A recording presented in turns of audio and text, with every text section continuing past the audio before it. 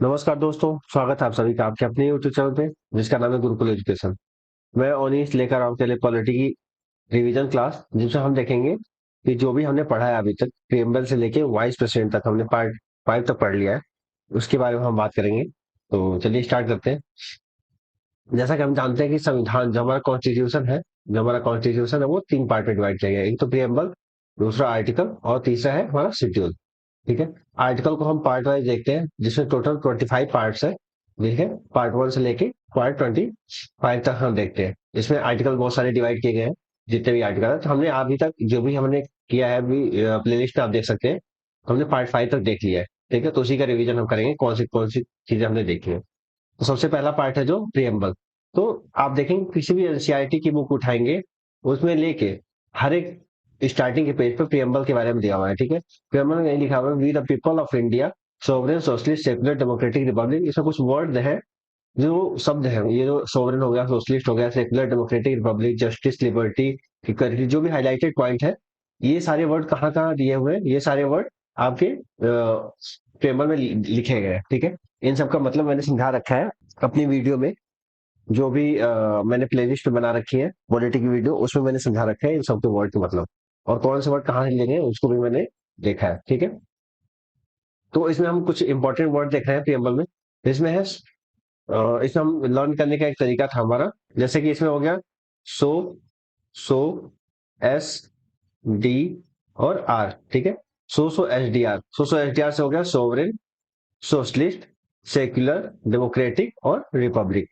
इसमें से कुछ वर्ड है, जैसे सोशलिस्ट हो गया, सेक्युलर हो गया, और यहां से इंटीग्रिटी। ठीक है। यहां से कौन सा इंटीग्रिटी, ये 3 वर्ड कहाँ कब लिए गए थे, ये 3 वर्ड लिए गए थे 42nd कॉन्स्टिट्यूशन अमेंडमेंट किया गया था। ठीक है। 42 अमेंडमेंट किया गया था, अमेंडमेंट किया गया था 1976 में। ठीक है। कब? 1976 में अमेंडमेंट किया गया था, 42वां संविधान संशोधन, जिसमें से 3 वर्ड को जोड़ा गया था, सोशलिस्ट, सेक्युलर और इंटीग्रिटी को। और वैसे ही 3, लिबर्टी, इक्वलिटी और फ्रेटर्निटी को, ये जोड़ा गया था कहाँ से? ये फ्रेंच रिवॉल्यूशन से जोड़ा गया था। फ्रेंच रिवॉल्यूशन, ये कब हुआ था? 1789 में हुआ था फ्रेंच रिवॉल्यूशन। वहां से 3 वर्ड को जोड़ा गया था, लिबर्टी, इक्वलिटी एंड फ्रेटर्निटी। ठीक है। 1710 में फ्रेंच रिवॉल्यूशन से। ऐसे ही जस्टिस को भी जोड़ा गया। जस्टिस वर्ड लिया गया था कहाँ से? रशियन रिवॉल्यूशन से। रशियन रिवॉल्यूशन से जोड़ा गया था 1917 में। ठीक है। 1917 से लिया गया था, रशियन रिवॉल्यूशन जब हुआ था वहां से जस्टिस को लिया गया था। ठीक है।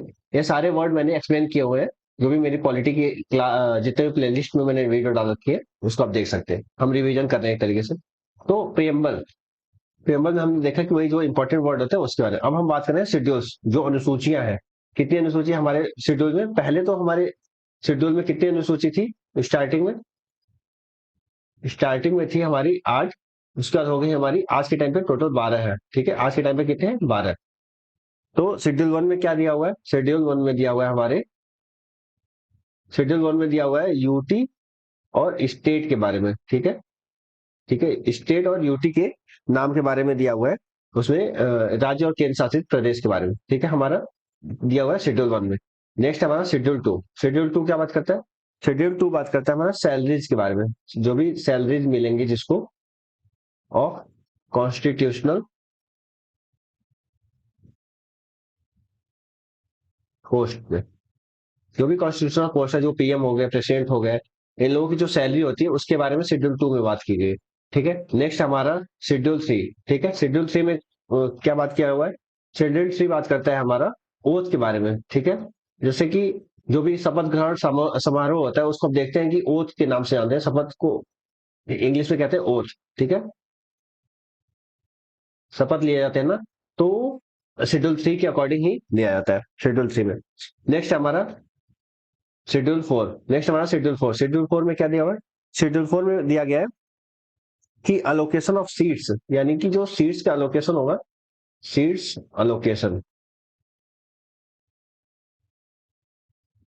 इन राज्यसभा, यानी राज्यसभा में जो सीट का बंटवारा किया जाएगा हर एक राज्य से, उसके बारे में शेड्यूल 4 में दिया हुआ है। शेड्यूल 5 क्या बात करता है? शेड्यूल 5 बात करता है हमारे जो भी शेड्यूल एरिया है, जो एरिया एंड शेड्यूल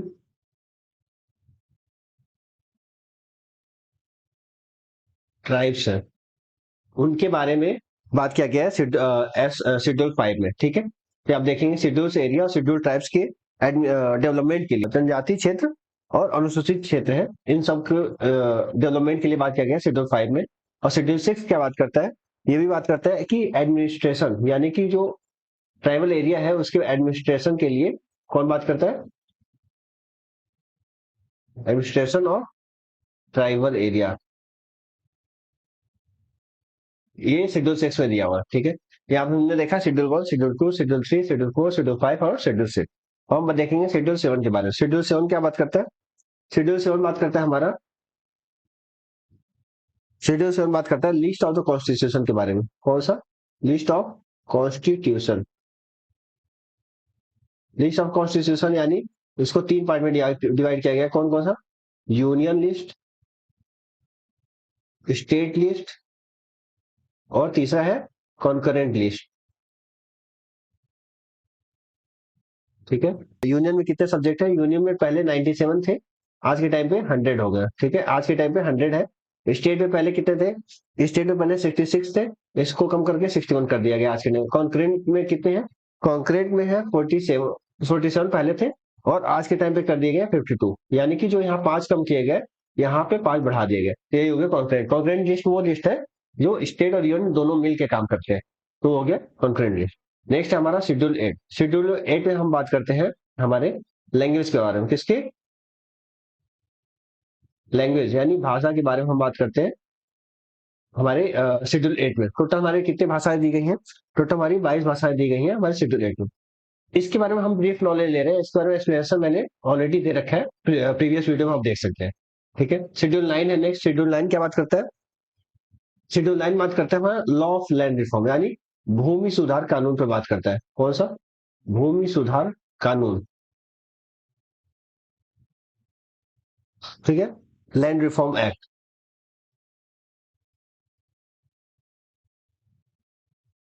बात करता है शेड्यूल 9। नेक्स्ट हमारा शेड्यूल 10। शेड्यूल 10 क्या बात करता है, शेड्यूल 10 कहता है कि anti defection of law, anti defection of law. ठीक है, इसको हिंदी में हम कहेंगे दल बदल कानून पर रोक, दल बदल कानून। ठीक है, शेड्यूल 10 बात करता है। शेड्यूल 11 बात करता है हमारे पंचायत को ऐड किया गया था शेड्यूल 11 में। ठीक है,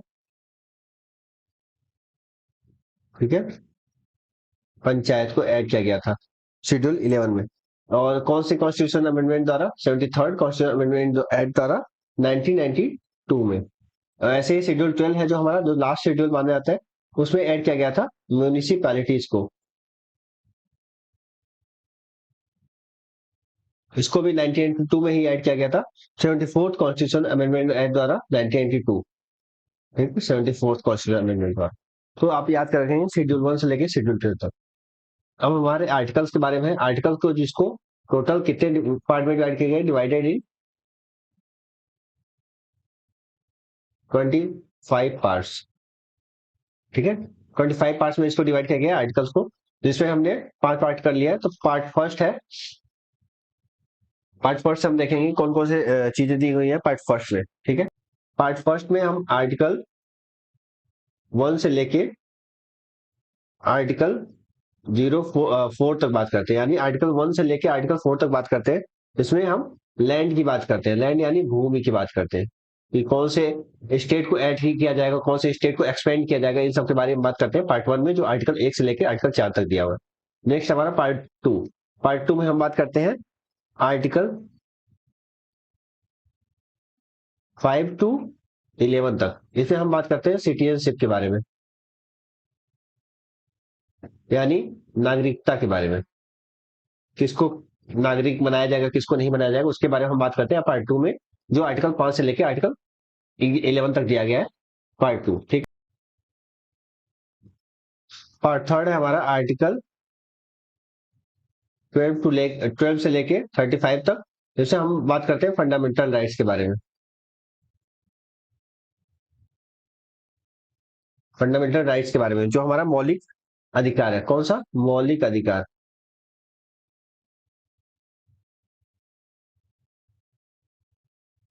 ठीक है, ये इंपॉर्टेंट माना जाता है बहुत ज्यादा। तो आप याद करेंगे आर्टिकल 12 से लेकर आर्टिकल 35 तक पार्ट 3 में दिया गया है। और इसको हमारे मौलिक अधिकार कितने हैं? टोटल 6 है। आप देखेंगे टोटल कितने हैं? 6 है। कि कौन कौन से नाम आप याद करेंगे? तो पहला है हमारा राइट टू इक्वेलिटी। कौन सा? Right to equality. दूसरा है राइट टू इक्वेलिटी। दूसरा है राइट टू फ्रीडम। कौन सा? फ्रीडम। तीसरा है हमारा राइट अगेंस्ट एक्सप्लॉयटेशन। चौथा है हमारा right to freedom of religion. और पांचवा है हमारा कल्चरल एंड एजुकेशनल राइट। और लास्ट जो है हमारा 6, ये हमारा राइट टू कॉन्स्टिट्यूशनल रेमेडीज।